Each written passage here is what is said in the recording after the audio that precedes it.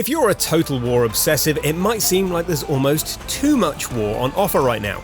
Total War Warhammer 2 still feels relatively new, Three Kingdoms releases later this year, and now Thrones of Britannia has arrived to offer a refreshed take on an established series. But how different is it really? On the face of it, it's still the same compelling blend of conquest and management. And while it still looks and feels like a Total War game, there are many clever, impactful departures that will make a big difference to seasoned strategy fans. Unit recruitment has changed, loyalty requires creative micromanagement, and there's more story here than ever before. But perhaps the biggest change of all is with feel. Being at war feels distinct from every other game in the series, and we'll go through the specific reasons why over the next 10 or so minutes. Here are 7 reasons Thrones of Britannia is the most ambitious update to the series in years. First off, let's look at the map. It's a familiar location, if a slightly prettier one. We've seen this numerous times before in Medieval, Kingdoms, Attila and so on, but I promise you, it feels new. This is the densest Total War map to date, to the point it's almost intimidating. The first few hours in the revised settlements can be confusing, especially if you're starting out in a bigger area like East Anglia or the Southwest. It still feels like a Total War game, but the components aren't quite where you expect them to be. It's a little like your favourite food getting moved to a new aisle in the supermarket. But stick with it and it all starts to make sense. Each region has one large settlement with a garrison and numerous satellite settlements. These have buildings that can be upgraded to provide food or tradable goods, but if left undefended, enemy factions can easily sack them or take them for their own. Conquering a major settlement, quite obviously, is a far bigger undertaking, and we'll talk about sieges in just a bit. Defending smaller settlements forces you to be agile and reactive with your armies, and to make sure you're always defending all fronts. It gives a much greater sense of these small, isolated communities being vulnerable, and it works both ways. If you want to cripple an enemy's army or shatter their morale, burning their farms will certainly help. Thankfully, the option to raise settlements is gone, so you don't get stuck in a frustrating loop of rebuilding your treasured structures. Villages are also easy to take back.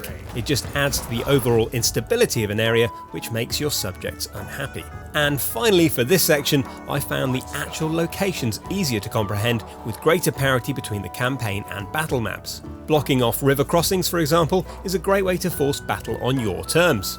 So while the scale of Thrones might be smaller than other Total War games, the density and detail keep it interesting.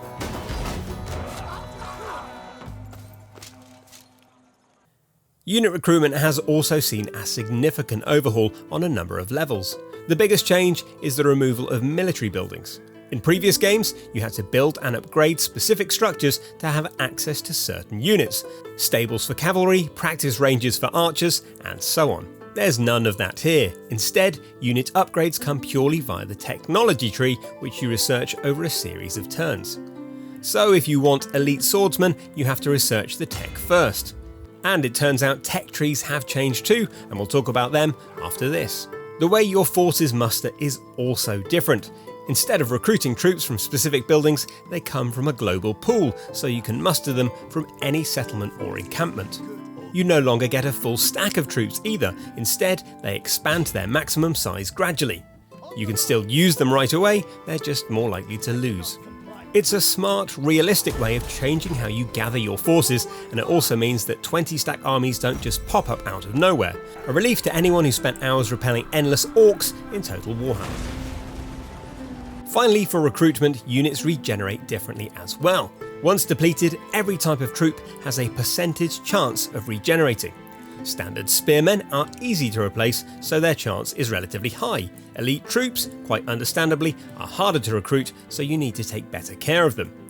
It's a cool way of adding value to your best units, and all these changes give you a real sense of a varied army readying itself for war. All forces in good order. As I mentioned before, tech trees have changed. In order to research new military or civic developments, you first need to unlock the chain by meeting the necessary requirements. So for the agricultural chain, for example, you need to build a granary, and for industry, a forge. It's a natural way of adding goals to the game by encouraging you to build certain structures or recruit specific units, but it's also a great way of showcasing the differences between each faction. Creative Assembly are keen to recreate the breadth and variety of Total Warhammer here in Thrones of Britannia, and while there are no dragons or beastmen here, the factions do feel different. Some tech trees, for example, will be locked off from certain factions until they've conquered a region that has the required building. It's an incentive to expand aggressively and a nice way of highlighting geographic and faction differences. In time, that blood will rule all of Britannia!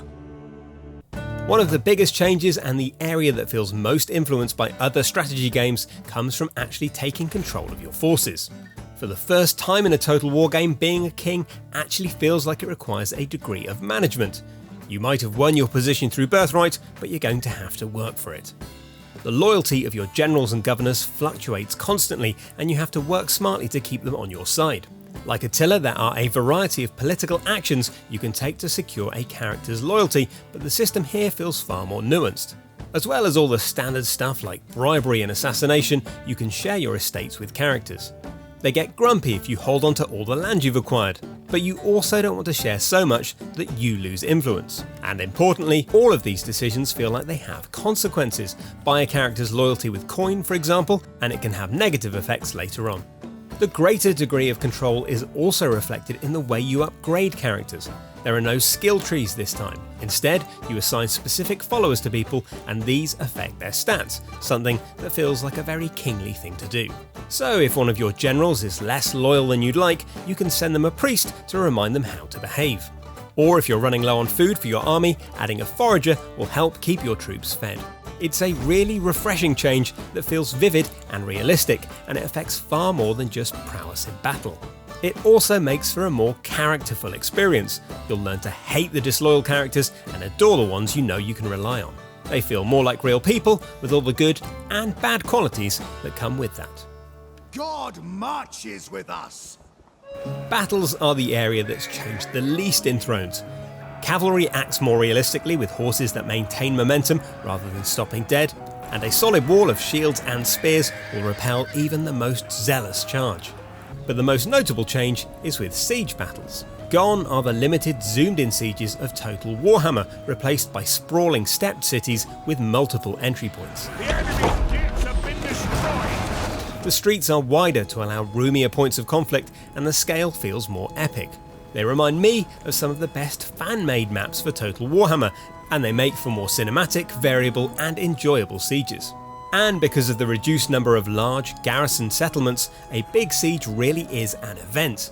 It feels like a big deal when you finally take a region capital because, it is. I knew you had it in you!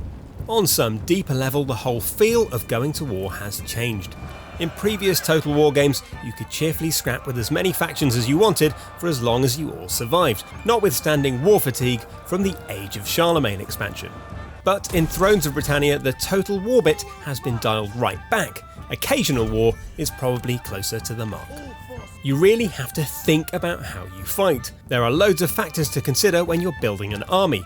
Food, supplies and location are all crucial, as is the public perception of your actions. Spend too long at war and your weary subjects will grow tired of it, and the effects will be reflected in the war fervour meter.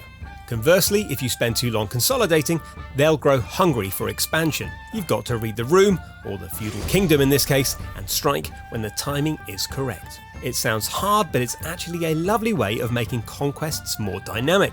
Being at war feels as costly and stressful as I presume the real thing is. And because of this, the saga element of the title feels more prominent than the Total War bit.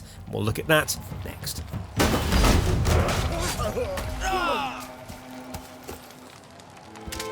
The tweaks to campaign management all make for a more narrative-driven experience. Factions and places feel distinct, and stories seem to emerge organically during every turn.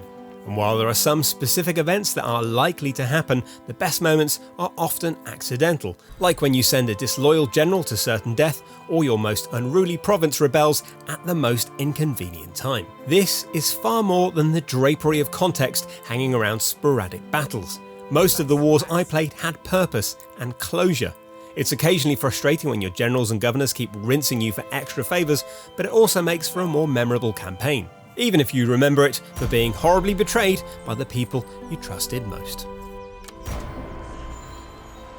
Total War Saga Thrones of Britannia comes out on the 3rd of May. Please let us know in the comments if you'll be picking it up or if you've got specific questions that you want answering. Drop us a like if you feel the urge for conquest bubbling up inside your veins, and subscribe to Logitech G for more weekly shows and features.